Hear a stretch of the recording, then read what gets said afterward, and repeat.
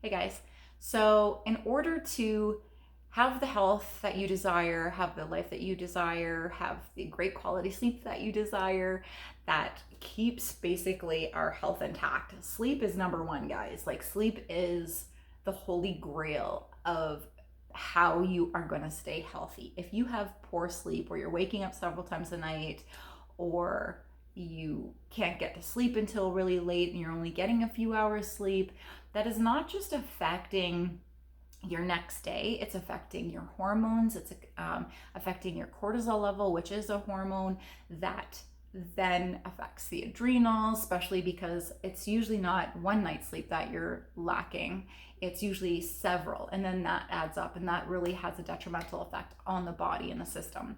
And then you're craving, because your cortisol levels are out of whack, you're craving a lot of crappy foods that aren't doing your body any good. You're eating too late at night, your digestion is off, stress levels throughout the day start to, get higher because, again, you're not getting that quality of sleep. So there's all of these things that end up happening when we do not take responsibility for our health. And by taking responsibility for our health, what I really mean is having some kind of structured routine that you have set in place so that you are eating properly, where you have to pre-plan, where you are taking the steps that you need to sleep, get the sleep that you need, and how you can affect that.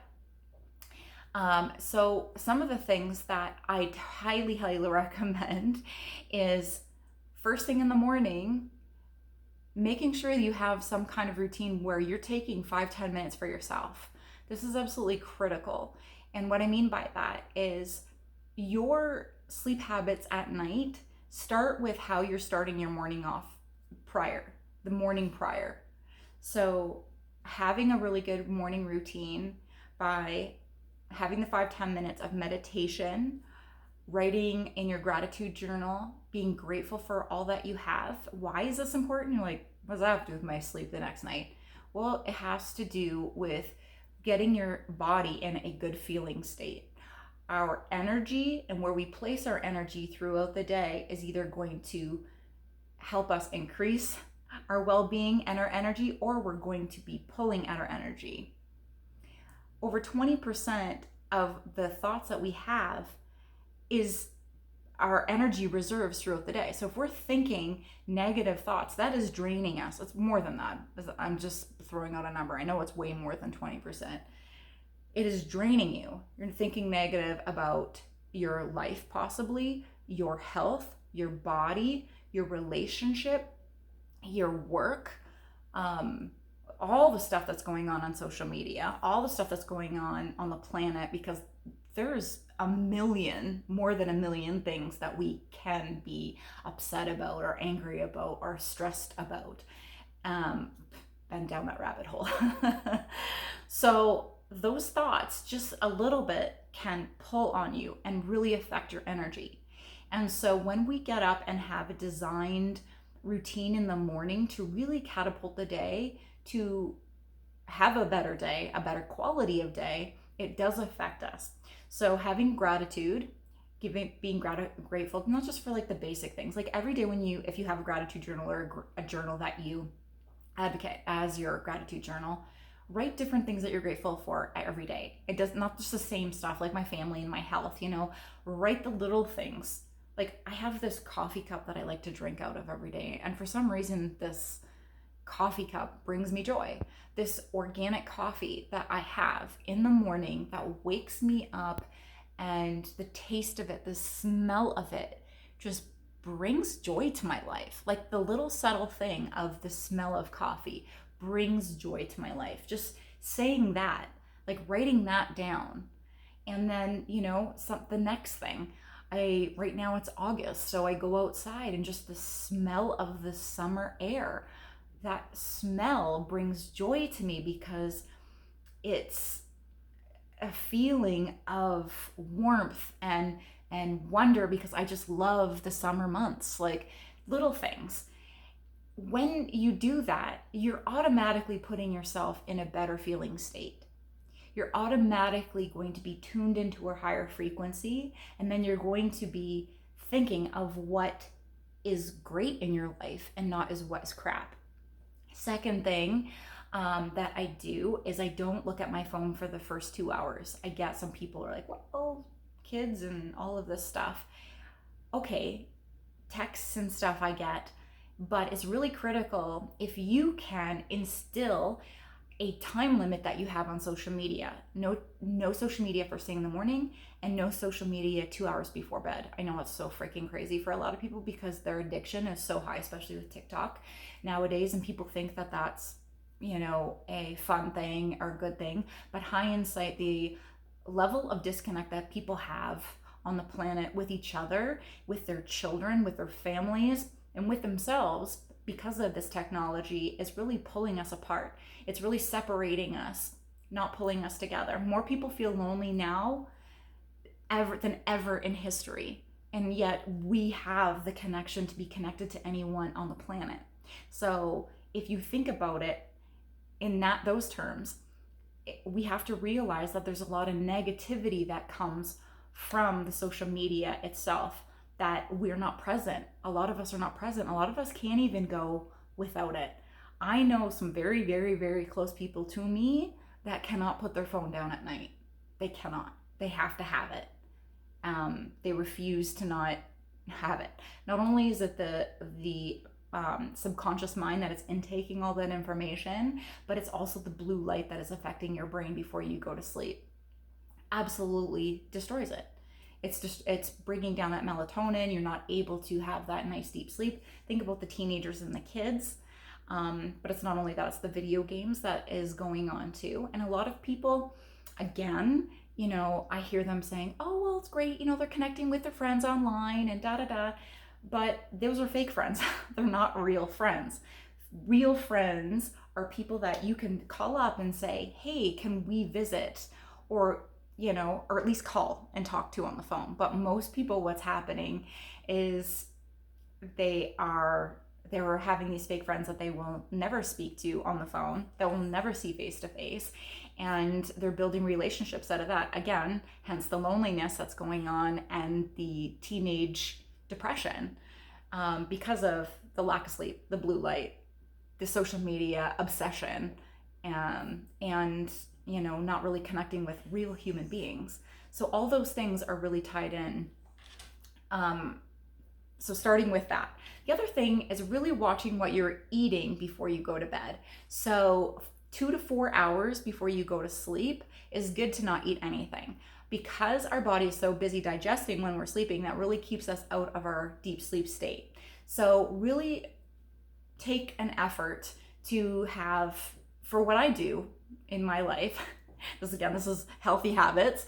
One of the things that really makes a big difference with my healthy habits is I have my biggest meal around 3 or 4. So sometimes it's 2 o'clock even, like right after, I'll have like a light lunch. I shouldn't say lunch, it's like a snack. And then my big meal is that time, because I'll usually fast 4 days a week in the morning until about 11. And then I'll eat out 11, and then around 2, 3, I'll have my biggest meal of the day. So yeah, that's what I find really works best. And then around 5, 6, I will have a smaller meal, sometimes 7, depending on how busy my life is. Sometimes I'll have a smaller meal then. And then on the days that I am not fasting, I will eat, at 7, 8 in the morning. Then I'll eat again, because I'm quite active throughout the day with my son. So I'll eat again at noon, and then again at 3, and then again at 6 or 7. So my biggest meal is usually around 3 o'clock. And then I have a much better sleep at night because I'm not so busy digesting all of that food.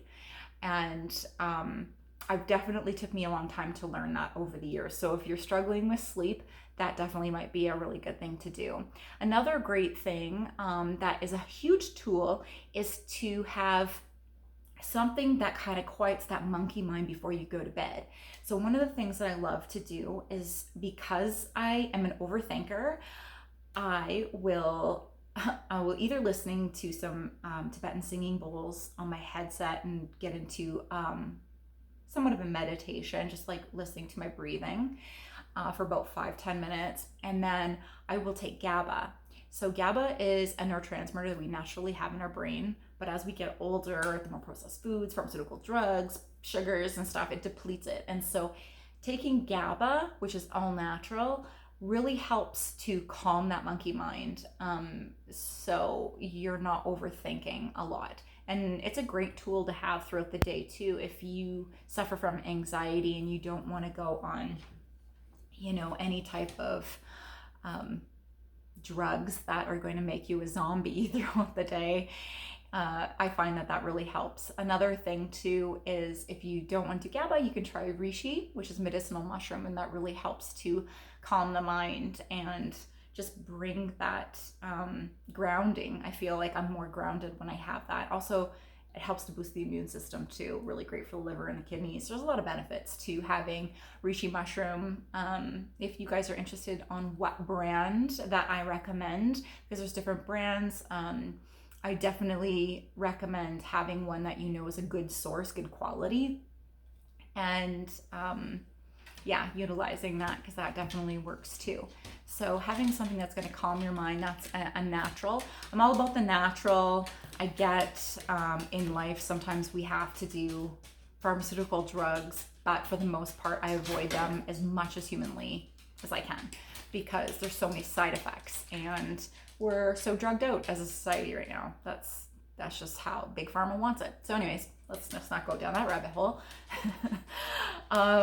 The other thing that's really important is, again, through the day, where do you hold your energy? So when you're out with friends, when you are at work, be conscious and aware of where you are giving your energy to. So if there's a lot of negativity and stuff going on, try to remove yourself from those people or those conversations, because even though you might not be engaging yourself, but being in the energy field of those people is going to drag you down. It's going to lower your energy. You're going to feel depleted.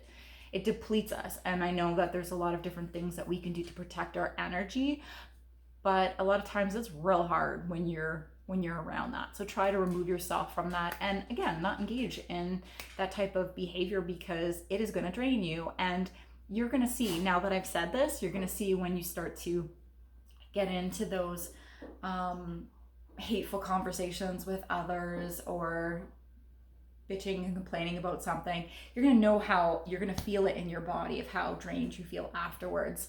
So just be aware of that. And that's something that you can slowly work on, because I guarantee as soon as we become aware of it, it's not like it's going to stop. It's like, when we're human, so it's going to happen from time to time, but you're going to be more aware. And that is the most positive thing. That's my dog.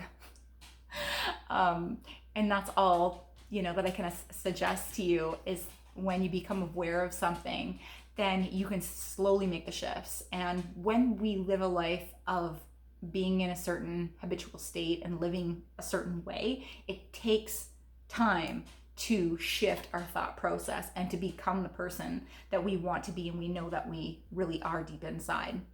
So that is healthy habit number 1.